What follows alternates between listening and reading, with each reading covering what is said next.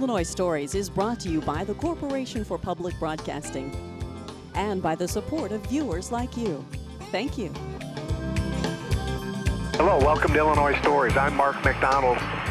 In the air, high above Quincy, in a one-of-a-kind, actually a first-of-a-kind airplane with pilot Dennis Ozment.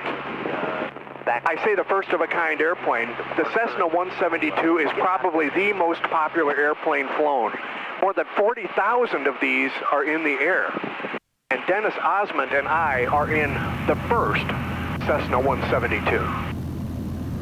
Dennis Ozment, you have been the owner of this first-of-a-kind airplane for what, 8 years? Yeah, that's right. We found it down in Texas. A fellow down there had it, and we just kind of stumbled on it, and one thing led to another, and it's been a long road since.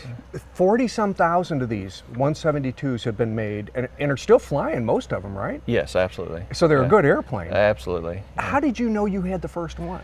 So the serial number is serial number 28,000, and when I was looking for a project, and that's kind of how we stumbled upon this plane, I didn't really know what I was wanting to restore, an airplane certainly, but didn't really know what type or anything, yeah. and I just kind of stumbled upon this one. So it's serial number 28,000, which when you buy an airplane part, they will give, one particular part is valid for a particular serial number range, and every Cessna 172 serial number range begins at serial number 28,000, which is the serial number of this airplane. And the other part is that this airplane first flew in early October of 1955, and the type certification for the Cessna 172 happened in November, about 3 weeks later of 1955. Okay. So this plane flew before it was technically a certified airplane. Now, as I said, they're still making these. Absolutely, in There's Wichita. 40-some thousand of them. And I guess this has become what might be called the most popular private pilot plane ever made. And they've made more Cessna 172s than any other plane in the world. It doesn't matter, Russian, Chinese, American. They've made more Cessna 172s than any others, and this is the first one. It is beautiful. How long did it take you to get it to this condition? So when we started, when I brought it up from Texas, it had been painted blue with white wings, and the surface before they painted it, which this is all the original, the surface before they painted it was Scotch-Brighted, so it was scuffed up, and so when we stripped the paint, we actually had to sand down the aluminum to bring it back to a polished, mirror finish with the polishers. Multiple different grades of sandpaper, multiple different types of polish to get it to that mirror finish. Too. All you by did hand. Most of this yourself, didn't you? Did most Your own of elbow it.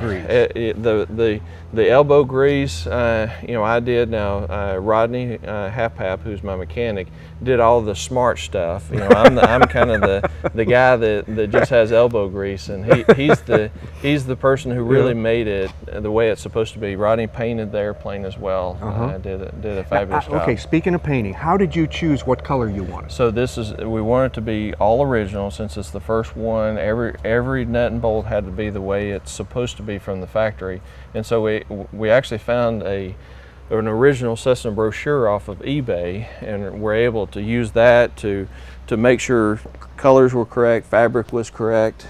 Oh, so this is what you're working from here, huh? Right. So this was a fold-out brochure, and so our color is the cardinal red, which is here, and then the fabric is here as well. And back in 1955, they wouldn't just make their own fabric, so they would use parts from other things, and so the fabric is actually 1955 Oldsmobile, and we were able to find new old stock fabric to reproduce the seats. Well, so this simplifies things a little bit, because you might have in your mind what you want, but this tells you exactly. If you want to, you're very specific about being restored, right? It has to be correct. And so this really tells you exactly what it needs to be. Right, and the panel layout, the correct radio that was supposed to be in it, this helps. The other thing with an original restoration is the parts manual, and it tells you exactly what part is supposed to go where, that's held on by a particular screw or bolt. So between the two of these, it tells you exactly what you have to do to restore it. Now, while we're standing right here, if we look up on the wall, back above here, we can see a banner that has Joe Nelson's the fellow you bought it that's from. Right. This is what it looked like when you took possession of it. That's exactly right. So that was at the 50th anniversary of the 172 up at Oshkosh for the EAA Air Venture fly-in. Okay, so that's what it looked like, and this is what we have now. And it's, I tell you what, I think see a big improvement now. Most people like it better in the polished. It is beautiful. Can we look inside? Absolutely. Come on over.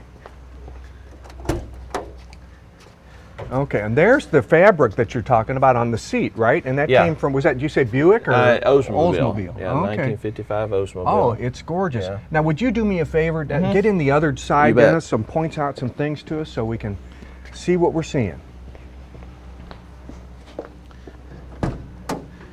So, everything is correct as far as all the instrument layout. The little details I think are really what matter. Like with the radio over here, this is just for static display. And if you look at the radio, this radio still works, okay, but it's only an inlay. So when you pull that out, okay, you have slots left over for your digital radio and transponder to slide in.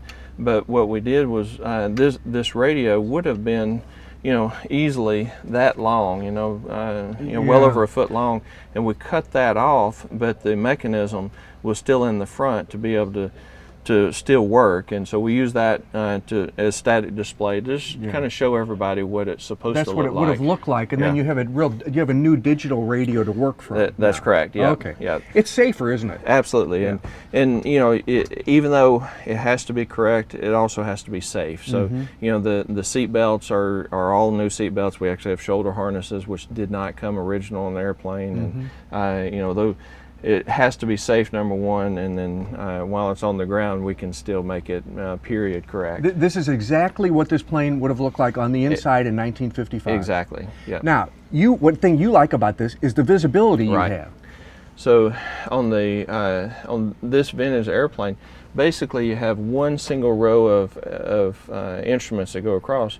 The standard airplane built today would have two stacks of instruments, and so the panel comes up much higher, and it's also very squared off, and so you really don't see over the nose nearly as well on the new generations of airplanes as you do this, because in this you're looking right over the nose. You have great visibility. Yeah. So you get improved avionics, but you don't get the thrill of seeing everything exactly around you. Exactly. If you're training to do instrument approaches at night in clouds, you want all the digital avionics, but the type of flying we do is beautiful day, let's go sightseeing. Flying. Exactly. We're sightseeing. So the more you can see, the better. Exactly. Exactly. Okay, come back over here for me, will you, Dennis? Because there's an interesting part of restoring these planes that I think people would never occur to them. Right. What you have to do. Not only did you have to hand polish or sand and polish all this, but you're looking at hundreds and hundreds of rivets. If you look at that rivet, there's a small little dimple in the end of that rivet, and while you're sanding and polishing, you really have to be careful and don't polish over those or don't sand over those, because you really have to maintain that dimple for it to be a legal rivet. That dimple tells you that it's a structural solid rivet, and without that dimple, you don't know if it's a legal rivet or a soft rivet that wouldn't be structurally So Rodney would not pass this plane to go up in the air if that rivet wasn't right. If that rivet wasn't right, that's no right. kidding. Yeah. Wow. Yeah. Now, is this a Cessna logo? So that's a reproduction of the original logo, and we had that made down in Florida. And the beacon on top is the original Grimes beacon. The white antenna is a safety. That's the ELT, the emergency locating transmitter, which transmits a GPS signal if there's an accident that tells exactly where the airplane is located. That would not have been on the original. There was but no it's a requirement now. It is a requirement now. Right. Right. Now let's walk around here. Now you had. I think you were telling me, now you were talking about the ailerons before, but you had all kinds of work to do on these moving parts. Right. So all what we did is we took all the skins off. You had to drill each rivet out, and we put all new skins on so that everything was perfectly straight, and we could polish it all out. And it has to do a lot with rigging. If you have a little bit of a bend here and there, it actually slows the airplane down. Between before and after restoration, we picked up about 10 miles an hour in speed, because of the rigging is more correct and straight, and then you lose parasitic drag from going from paint to polish as well. And have you become a mechanic yourself? No, I work for a mechanic. I enjoy it, but he works for you and you work for him. The legal part, Rodney is an A&P with inspection authority, so he's a licensed mechanic. That to work on airplanes, there's a few things you can do as an owner just by yourself, but everything else has to be done with a mechanic, and they have to make sure everything is done correctly. And I'm Rodney's sous chef. I get everything ready and then hand it to him, and he actually makes sure it's correct, and he makes the magic happen. Okay. That's right. Oh man, I just can't. Do you keep it this gleamingly beautiful, or when you fly, does it get all smeared up? You'll pick up bugs, and of course you want to wipe that off. But the key to polished aluminum is there's two things. Okay, it's moisture and surface contamination, and so I keep the humidity at 45% in the hangar, and then of course you get all the bugs off, and anything that gets on it, you keep that cleaned off, and it stays polished fairly well. But the key, moisture, surface contamination, and that's the same as if you're in a museum with an iron artifact. I mean, it's going to corrode, but if you have to control moisture and surface contamination. Should we take a look at the motor, you think? Well, we can certainly take a look inside here. Yeah. So this is a 6-cylinder Continental engine, 145 horsepower. And so if you look from the front, you can see it's in many ways a lot like a Volkswagen engine. It's air-cooled. These particular engines, the 6-cylinder, I don't think it's actually produced new any longer. This is an 0300. It's 300 cubic inches horizontally opposed. And this is the original engine that came in the airplane, original serial number. It's been overhauled several times. The airplane has about 4,500 hours total time on it. The engine, we're getting close to about 500 hours. This engine's rated for 1,800 hours of use. What kind of problem do you run into when you need a part for this? Are you a stickler on getting an original part too? Yeah, I like to stay with original engine manufacturer. The engines actually are not that bad, because you can still get essentially all the parts for them new, because Continental still manufactures engines. They're much larger. This is a 300 cubic inch engine. Now the standard Continental is a 550 cubic inch engine, so a much larger, 300 horsepower plus engine. But you can still get parts. Continental still produces cylinders, and you can still get basically anything you need to with the engine. And the plane itself is still made in the States. The engine is that still made in the States? And the parts? Yep. And what about the interior stuff? Is it still made in the States? Any of the avionics, the instruments that need to be overhauled, there are overhaul shops that will, they'll take them and overhaul them, send them back to you brand new. That's lovely. So, and eBay is very helpful as far as finding really hard to find parts that you could never find before. Right. I mean, you used to have to phone everybody, and you'd have to phone every airport and every pilot. Oh my goodness! Well, congratulations! It's beautiful. Thank you.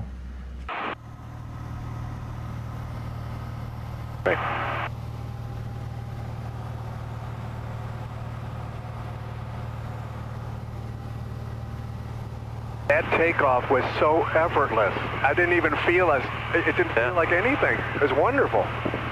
So go ahead and take the controls and have you kind of feel it out. So just all you got to do is just hold on to it. Okay. All right, you have the controls? Got it.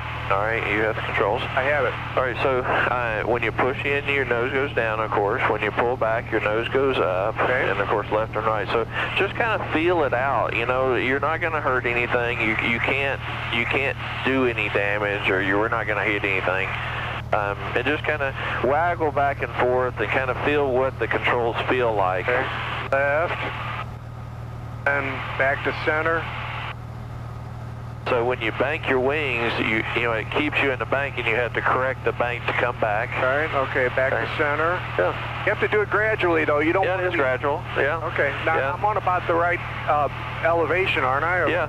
See, now we're a little bit nose up. It's climbing a little bit, so you kind of push your nose down just a little bit. A little bit like that. Okay. Yeah. Yeah. So we might climb up just a little bit, just where it's a little bit smoother. So go ahead and kind of pull the nose up just a little bit, up, you know, just below the horizon, about like that. All right. Okay. We're going up gradually. Yeah. It's very sensitive, though, isn't it? I mean, you don't have to move it much to get response. And it's a little, you're right, it's smoother. We got above what you call the haze layer, huh? Yeah. See, now it's smooth right there, so you might kind of level off here. See, this tells you how quickly you're climbing, so you're climbing at 500 feet per minute, and you get that number down to about 0, and that'll kind of keep you around the same altitude. All right. I'm close now, aren't I? Yeah, that's pretty level. Yeah. Beautiful day to fly, isn't it? Yeah. Yeah, why don't we climb up a little bit higher, maybe go up to 2,500 or so. You tell me when to okay, go ahead and pull up. All right. Is this okay? Yeah, it's fine.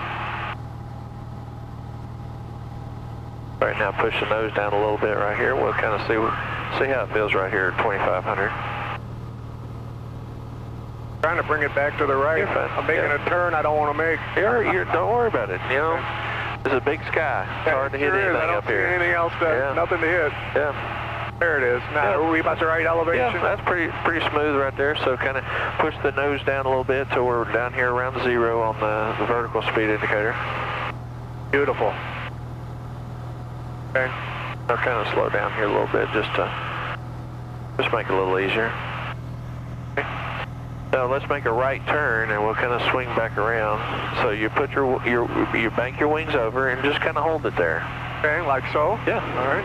Yeah. And I'm going to control the rudder, and that'll help turn us. Okay.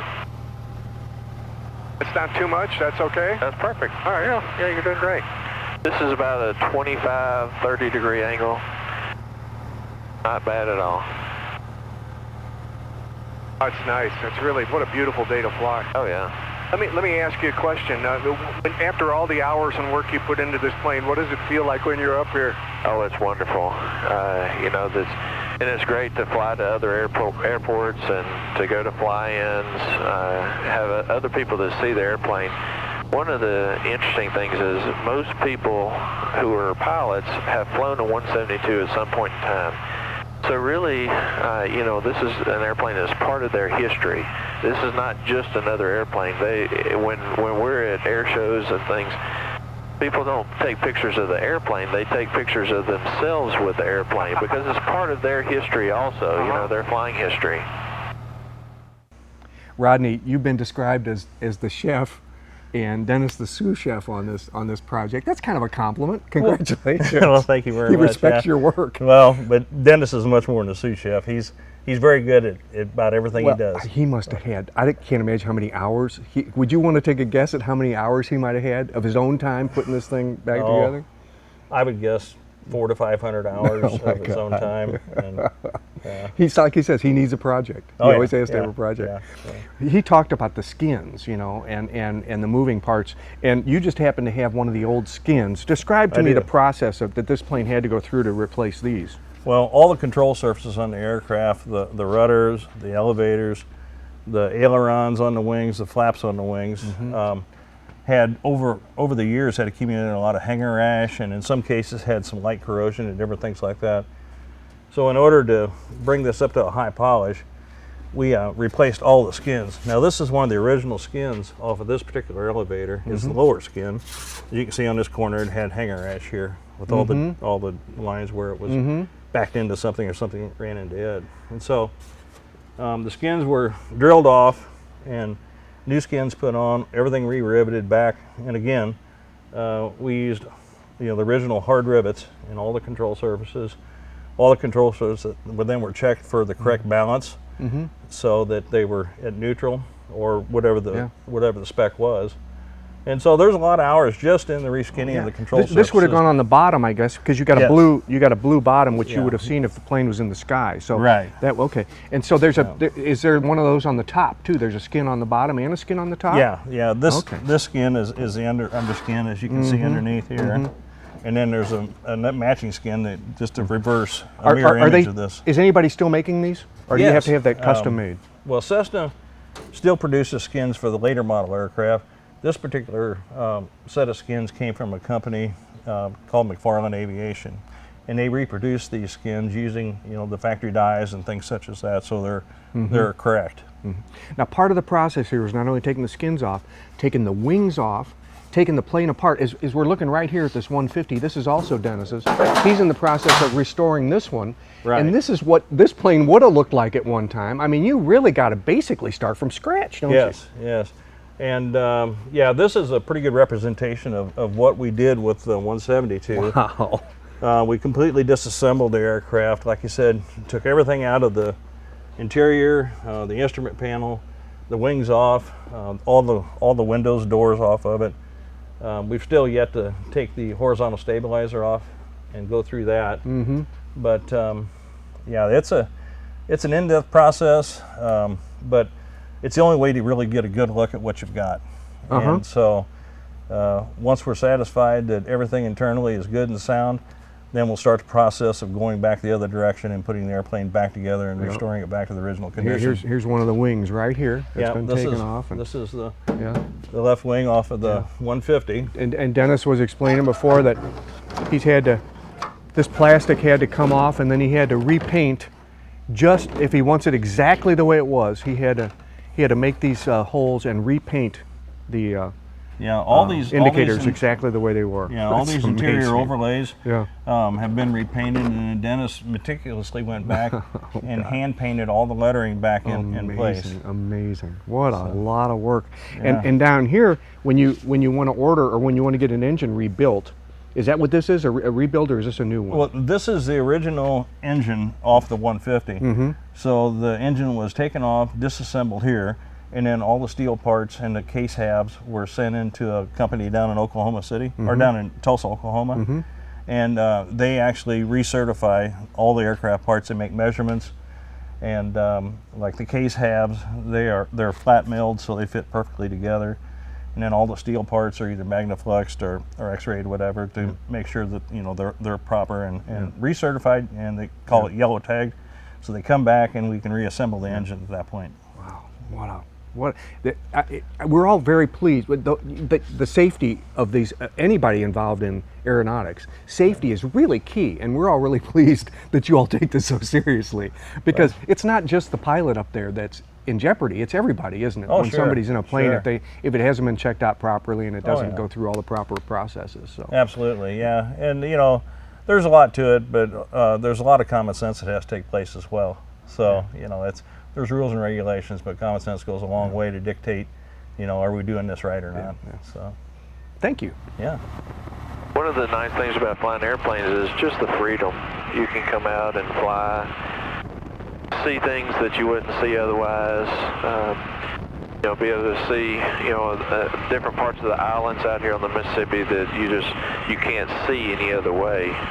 And there's not much better way of doing it than in a small airplane that you can fly low and slow, and sometimes you can even smell the smells of the ground, the different odors, just because we're so low and slow. Dennis, you have a very demanding job, and you don't get a lot of time off, and you spend so much time working on these planes. It's amazing you do get a chance to fly them, huh?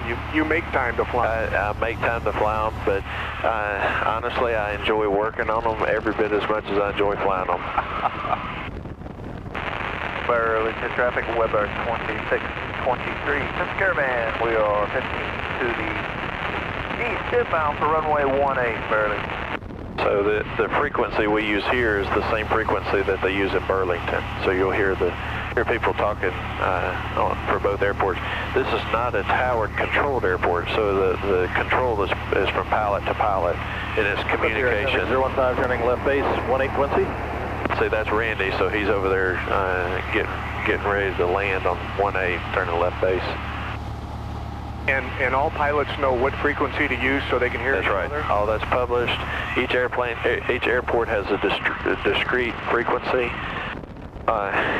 You tell everybody else where you are, and then as long as everybody knows where everybody is, it's okay. You don't really have to ask where somebody is. They should tell you where they are, and you should tell them where you are. And how do you tell them? What on here tells you where you are? Well, if you're running a GPS, which we're not running GPS today, you kind of get a feel from where you are. Quincy here is about 6 miles out from the airport. 6 of us going to be watching your landing here, Randy. So what you'll do, you'll make a radio call and you'll say, that you're 6 miles to the west, inbound for landing in Quincy. And that way everybody knows, 6 miles to the west, there's an airplane that is coming into Quincy. Not only is this the first 172 made, but it's remarkable for another reason. It's all perfectly restored like it is. This plane won the grand champion in the vintage contemporary category at the largest air show in the world in Oshkosh, Wisconsin, the first year it was restored. So I got the pleasure of riding in the grand champion airplane with, of course, the restorer himself. With another Illinois story above Quincy, I'm Mark McDonald. Thanks for watching.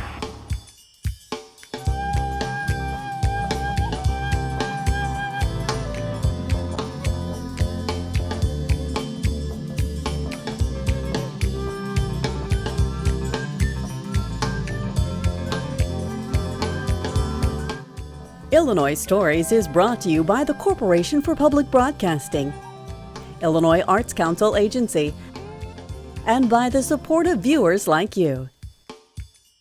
Thank you. For a DVD copy of the program you've just seen, send 1995 to P.O. Box 6248, Springfield, Illinois 62708. Be sure to include the program name, subject, and when the program aired. You can also order with your credit card by calling 800-232-3605.